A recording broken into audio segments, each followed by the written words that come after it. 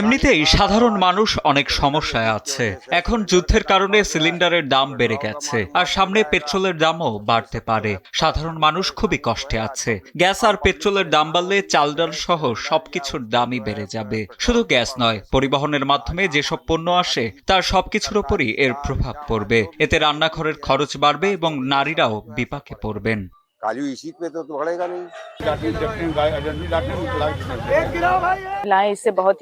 এই পরিস্থিতির কারণে নারীরা সবচেয়ে বেশি ক্ষতিগ্রস্ত হচ্ছেন।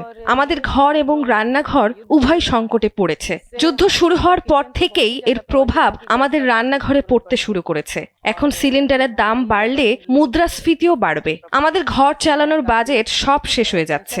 যুদ্ধ এভাবে চলতে থাকলে আমাদের পারিবারিক বাজেট পুরোপুরি ভেঙে পড়বে। तो बजट हम लोगों का बिगड़ता जाएगा।